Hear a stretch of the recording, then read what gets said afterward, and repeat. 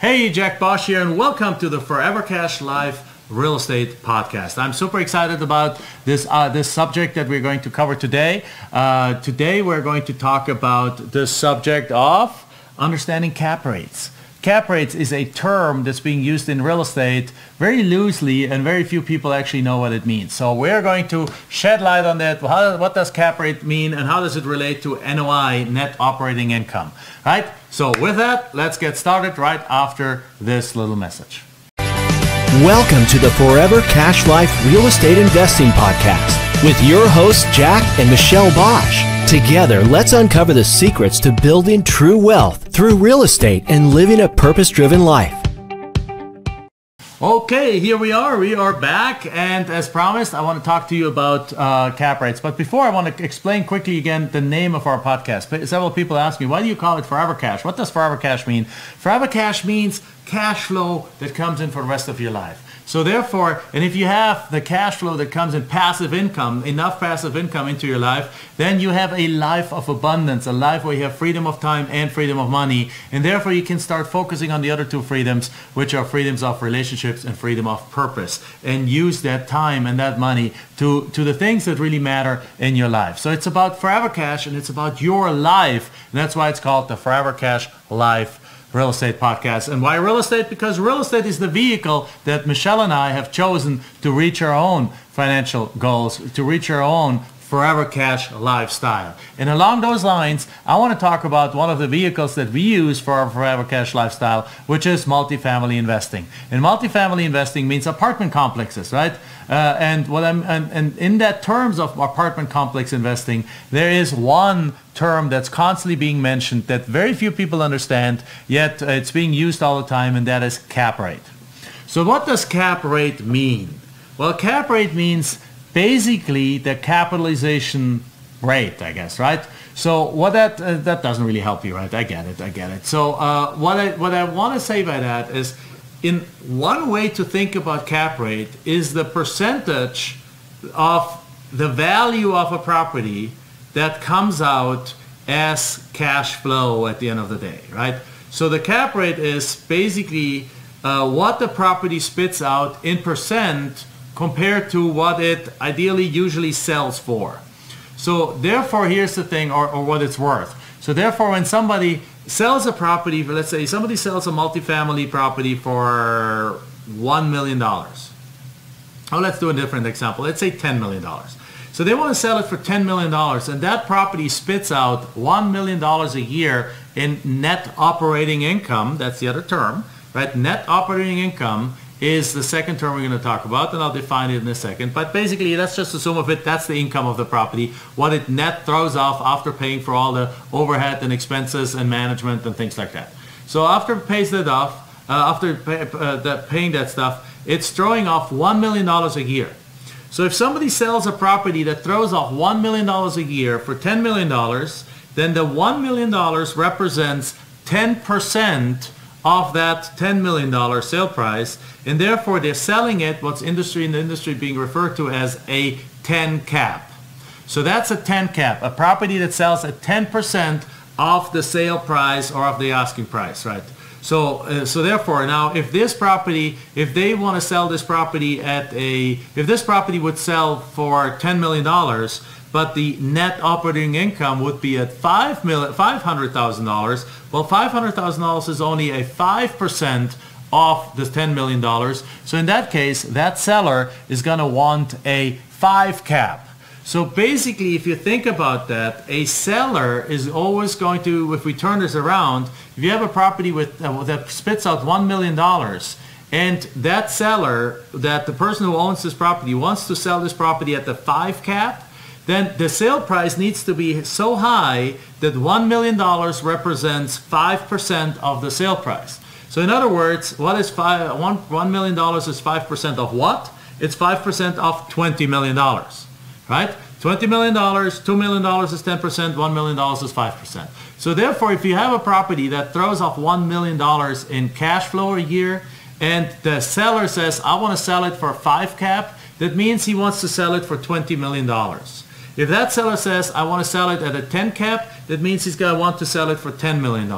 So in other words, for a seller, for a seller wants to sell a property at a low cap rate because that means that it's a high multiple of that net operating income. I hope that makes sense, right? So the lower the cap rate, the higher the price is of the property. Because if you look at an offering, so you go to a broker or you go in LoopNet where deals go to die, I understand, but you can still play with it. You can look at the deals there. Usually they're not very good deals, but if you look at LoopNet, you look at some deals and they see what they ask. They're saying like they give you the net operating income and they give you the cap rate that they want. With that, you can calculate what the asking price is. Because if the income is $1 million and they say they want a 5 cap, then you can say, well, basically $1 million divided by 5% equals 20%. It's a simple mathematical calculation. You really solve for the unknown, which is the asking price. If they say, well, I want to sell it for a 6 cap, well, then it's a different number, like 18 million. If they sell a 7.5 cap, it's $5 million. If they want to sell it in a 10 cap, it's $10 million. So the higher the seller is willing to sell, the higher cap rate the seller is willing to go, the lower the price he's willing to sell for. Because the net operating income is what it is. But if a seller wants to sell, he doesn't change the net operating income. He changes the price, and with the price, it changes the percentage that net operating income represents of that sale price. So that's one way to look at it. But in essence, if somebody says, hey, I want 10,000, you can do this the other way around. Somebody says, hey, I want $20 million for my property. And you ask them, well, what's the cap rate? And they tell you 5%. Then you can immediately say, okay, the net operating income of that property is 1 million. Because they basically told you, I want 20, and the net operating income is 5%. Because net operating income because that relationship exists. I hope you understand what I'm saying, right? So therefore, if they say $10 million and they're selling it at a 10 cap, then you say, then we know that the income of that property, that's the best way to explain it, the income of that property is 10% of the sale price. So if he wants 10 million and he's selling at a 10 cap, then we know the income is $1 million. If he wants 20 million and he wants a 5 cap, then the income is also 1 million. If he wants 10 million and he wants to sell it at a 5 cap, then the income is only $500,000. So you can always solve for the unknown if you have the other two. I hope that makes sense. So that's one way of looking at it. Now let's turn this thing around. So first of all, so when you go to a seller, the seller is going to want to get the lowest possible cap rate because the income is what it is. So if the income represents a lower percentage of sale price, then the sale price needs to go up for that to make sense. So as a result now, a seller, therefore, keep in mind, the seller wants to get a low cap rate. As a buyer, of course, you want to buy the opposite way. You want to buy with a high cap rate. Because if you have a property that has $1 million in net operating income that you want to buy, and do you want to buy it at a 5 cap or a 10 cap? Right? 5 cap or 10 cap? Well, you want to buy it at a 10 cap because if you buy it at a 10 cap, you're buying it for $10 million. If you're buying it at a 5 cap, you're buying it for $20 million. So you as a buyer, you want to buy at as high as a cap rate as possible. So, but remember, just on paper, if you ask somebody about the situation right now, they tell you, what is the cap rate on the property? They basically tell you, well, how much do you want for the property? 10 million. It's like, at what cap? 10%, you know the property makes $1 million. So this is kind of, it's hard to understand a little bit because cap rate is the percentage that the property throws off based on a value, and that value is either the market value or what they bought it for or what they're asking for. So when you go in as a buyer of a potential apartment complex, you want to look for properties that have a high cap rate, because that means that compared to what the property spits out, the selling price is low. That's really what it means. A high cap rate means that compared to what the property spits out, the selling price is low. So when you buy a property at a 20 cap, and it throws off $1 million, then it's basically the sale price is only 5 times. It's only $5 million. It's only 5 times that amount. At a 20 cap, it's 5 cap, it's 20 times because it's the multiple. It's another way for the multiple. So I hope this is not too confusing here because I'm kind of mixing different concepts.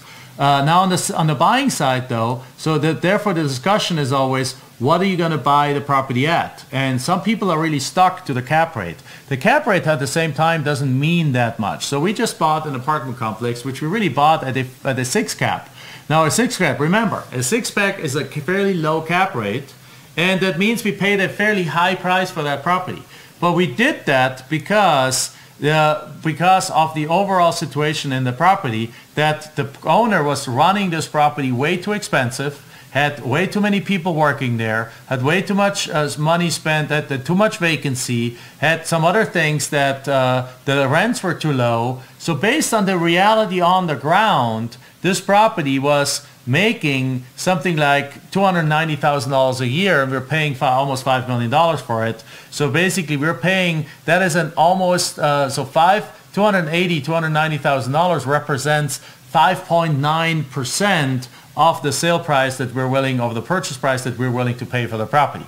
However, this is based on screwed numbers, because if you know that you can increase the revenue of the property by $200,000 or $300,000, and that you can decrease the cost of the property by $50,000 to $100,000, you know that you're opening yourself up to a substantial net operating income increase. So therefore, just the net operating income doesn't mean always something. Just the cap rate on its own doesn't mean something on it. It needs to be looked at in the great scope of where the property is positioned compared to other properties in the market. Now, I know that's getting a little bit more complicated, but here's the thing. The net operating income is what the property spits out after subtracting from maintenance cost, marketing cost, staff cost, basically leasing office, property management cost, repairs, and property taxes, as well as insurance. So you really, all the operating expenses that you have to pay are subtracted from it. Really, the only thing that is not subtracted from it is really capital expenditure items, so stuff that you use to actively improve the property, because they're not ongoing expenses. And the other thing you don't